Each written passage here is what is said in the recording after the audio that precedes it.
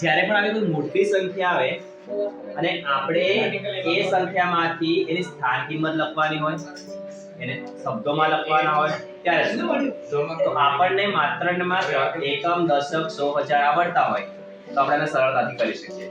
Ready છો બધા? પહેલા જે છે તે આ સંખ્યા કયા સ્થાનમાં કહેવાય બેટા? એટલે એકમમાં જે સંખ્યા હોય એની સ્થાન કિંમત એની એ સંખ્યા પોતે હોય, તે સંખ્યા પોતે. પછી આ સંખ્યા કયા સ્થાનમાં કહેવાય?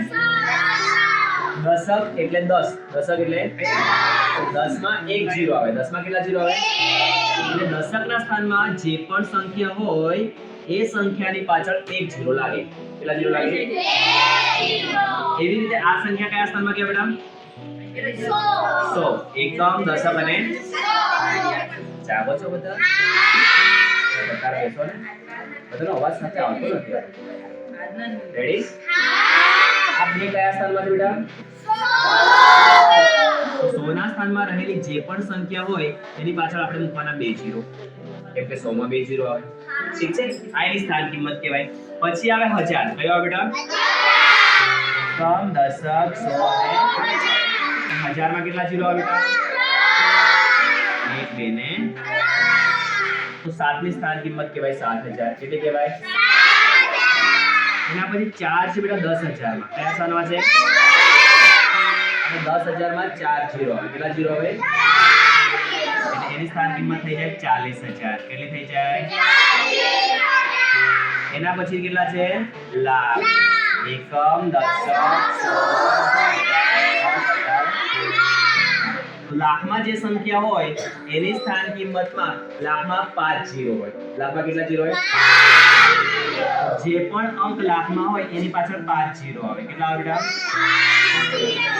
આની સ્થાન કિંમત થઈ છે એકમ, દશક, 100, 1000 એટલે 8 લાખ. એટલે એના પછી જે સંખ્યા છે 9 એ 10 લાખમાં છે. ક્યાં છે બેટા? જોઈ લેવાની બાજુ. એકમ, દશક, 10 લાખ. એટલે આ 10 લાખમાં જે સંખ્યા હોય ને તો 9 ના 90 લાખ થઈ જાય. 9 ના એની જગ્યાએ જો આ 9 લાખમાં હોય ને આપણે ખાલી 9 લાખ લખતા. કેટલા લખતા બેટા? 9. 10 લાખમાં છે એટલે એની જગ્યાએ થઈ જાય 90 લાખ. કેટલા થઈ જાય? યાદ રાખો 10 લાખમાં 6 0 હોય. કેટલા 0 હોય?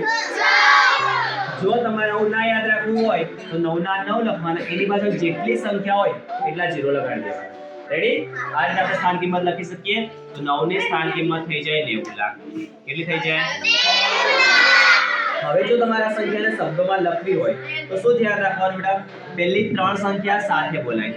પહેલી 3 સંખ્યા એને કહેવાય 200 ને 215.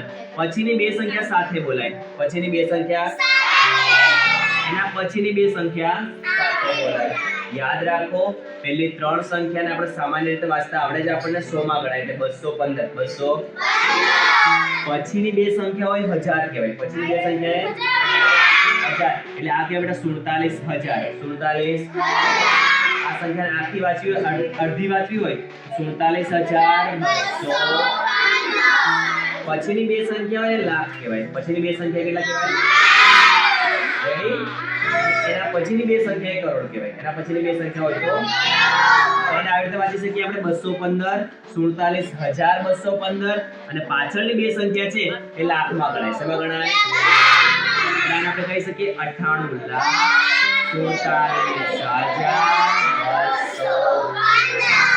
આવડી જેવું લાગે?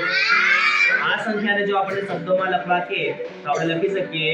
બોલો તો 98